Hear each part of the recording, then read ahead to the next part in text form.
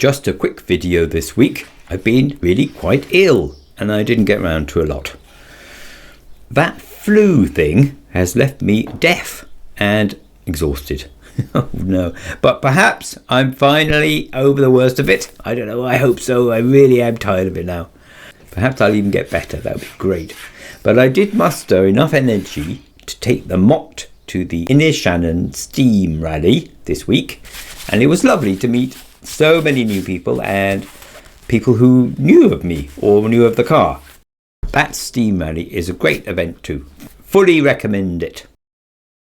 Anyway, back to the sail design. You know, I tried a self-furling design before, one that twisted the sail as it spun out sideways at high speed, and that worked. Because of course the point is to stop the sails spinning faster and faster and flying apart.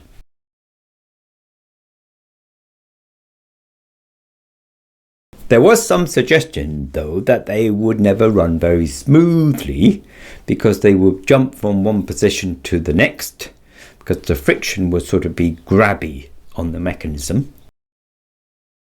But then Lucas sent me some photos of the way they do things on his local windmill in Germany.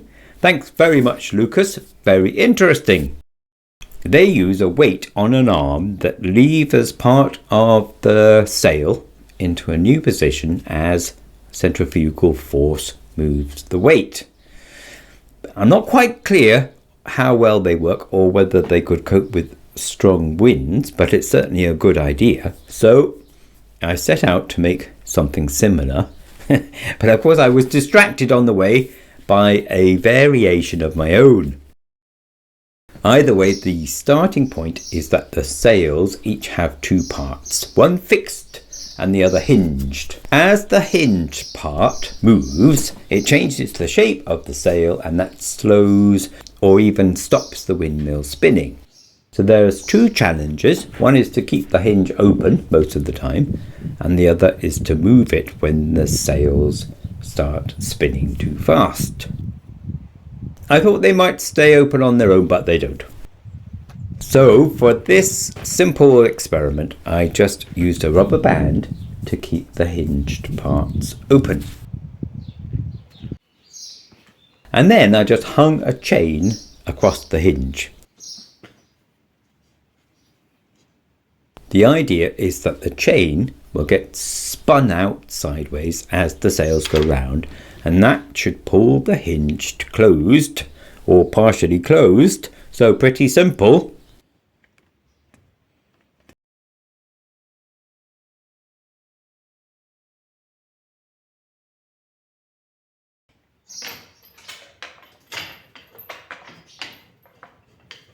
Now, it was tricky to see whether it was actually working or not because it was so blurry. So I tried filming in high speed,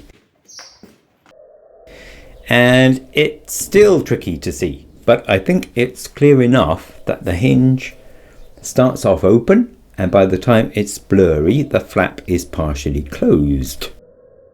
And presumably would close even more if you could spin it faster, but you can't spin it faster because it's partially closed, which is pretty much exactly what I was hoping for. So I think that's a good result so far.